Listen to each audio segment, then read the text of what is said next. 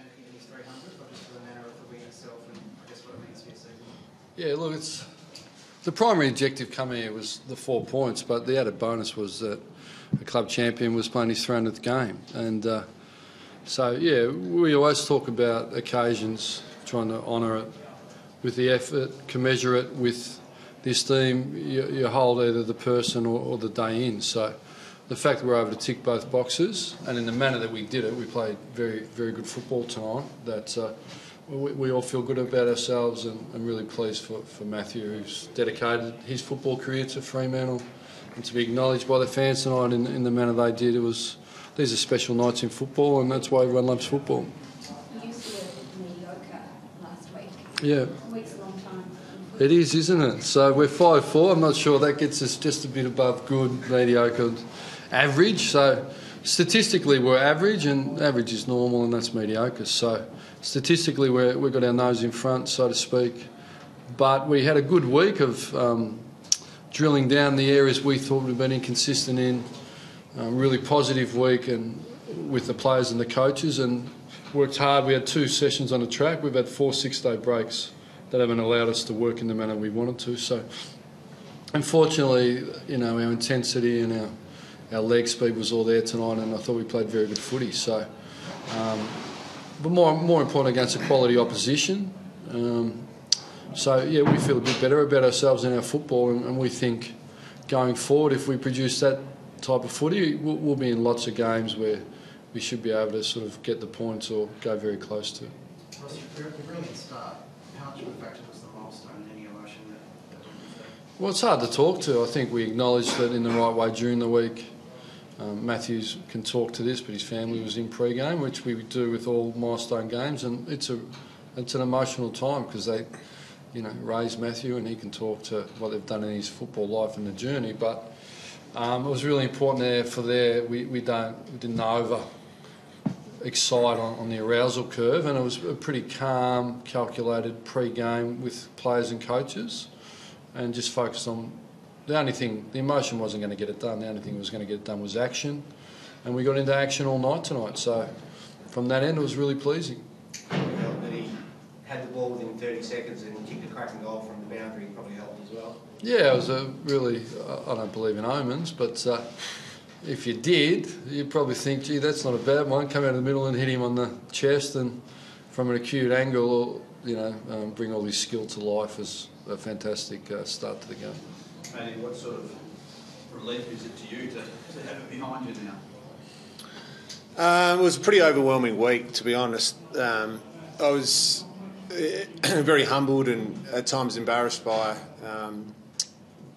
the football club, the fans, and the industry in general. We operate in such a fantastic industry because the amount of people that got to me throughout the week from opposing sides, and just the industry in general. It was, as I said, extremely humbling, and to go out and play the way we did, as Ross said before, to be able to get the 4 points and play in the manner that we did was extremely pleasing.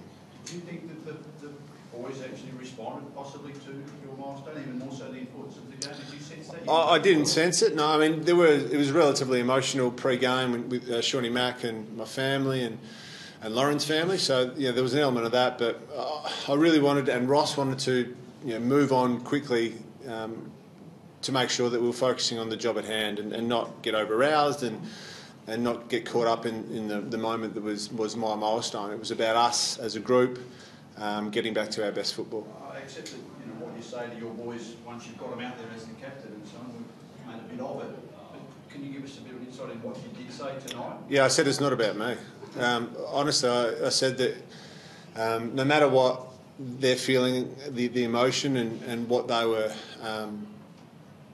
getting their motivating factor from, it wasn't about that. It was about us getting back to our best footy, and I wanted to pretty quickly deflect back towards us playing our brand, and I thought early that was somewhere near our best. Of the season, even the Collingwood game, when you... Look, we'd need to go back and have a look, but instinctively it felt pretty close to somewhere near our best footy for the year. In the context of the season, how important was a win like this, not only the 4 points, but the manner in which you achieved it? Yeah, of course, as Ross said, we've sort of just been meandering along a little bit. We haven't been playing anywhere near our best for the last 6 or 7 weeks. So to get back in that vein was really pleasing, and we're going to have to handle the break really well, relax and enjoy tonight, but then recover and make sure that we're right on our mettle for and handling this next 2-week period extremely well. Ross, Chris Scott said you basically smashed him around the contest. Is that perhaps the most pleasing thing to come out of it? Yeah, well, he's right. It was he'd have the same figures in front of me. Contested ball plus 42, ground ball plus 21. So, it's if you can. We didn't have to tackle as much as the Cats because we had the ball a fair bit. So, but off that, it was how we used it. We sort of was really an up-tempo game, played up-tempo footy, lots of entries, lots of shots on goal. So the players have worked very hard on that. We come here with a strong plan, calm and calculated, and with a degree of confidence because we've been in front in 2 of our losses against quality teams, Port and North. So, we understood that we just needed a bit more of it and tweak a few things. So we had a very good team in tonight, without McFarlane, Dawson coming back was significant on Hawkins, and so it's a game. It's not a complicated. Win the ball and use it well and defend well. And I thought the 3 phases we did pretty well tonight. Was the first quarter close to your best quarter of the season? Oh, it's hard to review, but look, it'd have to sit up there, like you like to start well. Even the Collingwood game, we didn't start well. I think it's fair to say we played some pretty good footy at the right time tonight. So, and I really want to. Matthew will probably do it, but acknowledge Geelong after. Obviously, they're disappointed, but some great players there. To stand there and form a guard for Matthew and Wade was just a reflection on what we already know. They're a top-class club and a great organisation. So I'd like to acknowledge Chris and Joel and his team. It's not easy to do that, but it's full of class. How did you see Pavlich Johnson? Yeah, I thought Ryan won the first half, and I thought Stevie J probably got on top in the second half, got a fair bit of ball, so probably a 50-50 split. What about Hayden Valentine? I know you played it down all week, but the guy did have an operation. It was on his face. A procedure, Yeah. Yeah. I mean, were you playing it down? No, I always say the truth. Was it more courageous than you let on? When you got a procedure on your face, it's always significant. But the first thing is we didn't take. The surgeon probably wouldn't be thrilled, but he wasn't at a great deal of risk. It's just about pain and comfortability. So if you're talking about damage, there was no risk to any further or new damage. It'd only be if he had a hit like he had last week, it'd be the same sort of thing. So. But it's what builds football clubs, players with a desire to play under adversity, and there's plenty of guys that do it, but not everyone does it though. Plenty of people. So we acknowledged it after the game. It's a significant contribution to the culture of the Dockers and the way we do things, which is want to play and want to get up. And all credit to him. I don't think he shied away from a contest all night. Did you get some advice from the surgeon not wanting to play, for instance? I was the surgeon. I said you're playing, son. Ross, the next 9 games are all against teams in the bottom half of the table. After a win like tonight, how well are you guys now set up to really make a chance? Well, I think we write our own story, brother. I don't know, Melbourne beat Richmond today, Adelaide beat Collingwood. So the competition, and I'm on the record at the start of the year saying this is going to be the most even competition in a long, long period of time. I think there'd be 14 or 15 teams that think they could make the 8 at the start of the year, and it's panning out that way. If you're off, not playing your best, you're going to lose. So there are no easy games of AFL football. Ross, can you just talk us through your runner? A couple of times he was penalised, I think, for... Yeah, he got in the way once, yeah. He's a bit slow, Shawnee. Yeah. No, I wouldn't have thought typically. I don't really look at it. The new rules come in and the runners are on and off. I certainly didn't use the runner for coaching. My runners used to get on and off. And they like to stay out there because I yell at them a bit. So there's not much incentive to come back. But, he got in the way, and rightly so. We don't want him in the way.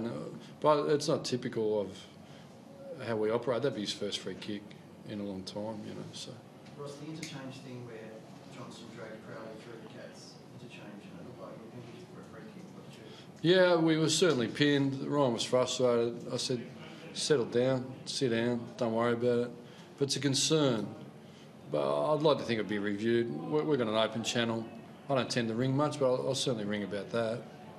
It's sometimes when you think there's an injustice, you can get frustrated. But I just said, Ryan, keep your cool. But it was great gamesmanship, you know, and theatre. So I'll just clarify, you'll ring Mark Evans or the others? I'll ring someone from the AFL. I don't know who it is. And actually, you know what? I've learned to delegate. I'll get Chris or an assistant coach to ring. You want to clarify? Just for clarification, yeah. Now In the best interest of the AFL when they go. Sorry, now that it's after the match, do you see the funny side in it at all? It seems Of funny side of. being penalised when he was clearly. No, it's hilarious.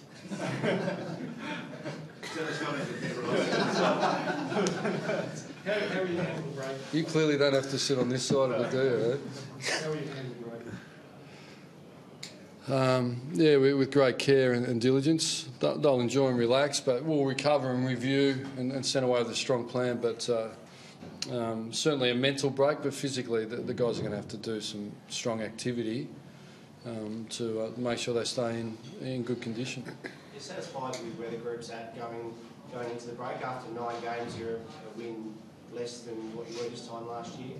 Yeah, I couldn't tell you. We're never satisfied. At the end of the day, we lost 4 games, so we can't sit there satisfied. We're far from the position we'd like to be in. Ross, how do you see Stephen Hill's game tonight? Is that as good a game he's played under you? No, I wouldn't have thought. He's played a lot better than that. Yeah, but it was a strong. I thought our midfield collectively, they really maximised each other's strengths and where you're weak, I'll cover, and I thought they worked together pretty well. You know, so. They were pretty sharp, weren't they? Like, you didn't just get them in the contest early. You got them on the spread with Hill and Daniel Pearce in particular. You got your inside 50 quite a bit early in the game. Yeah, which is their job, really. I sort of don't look at it as a bonus. That's what we want them to do. And when they're not doing it, we put them under pressure to do it. So, yeah, look, you know, and everyone talks about it. If your intensity's up and you're winning the ball, your spread's up and your ball use is up and your defence is up. So you can't quarantine intensity. You can't, you know, think I'll you know, not work hard without the ball, but when we get it, I'll spread. That laziness, or sorry, not like lack of focus.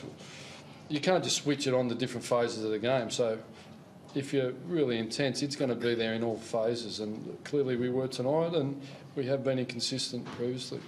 Did the scoreboard reflect the game? Do you think, Ross, or do you think maybe there was your edge was more than what the scoreboard showed? Well, I couldn't. The scoreboard doesn't lie. So no, that's about right, I reckon. Thanks, boys. Thank you. Well done.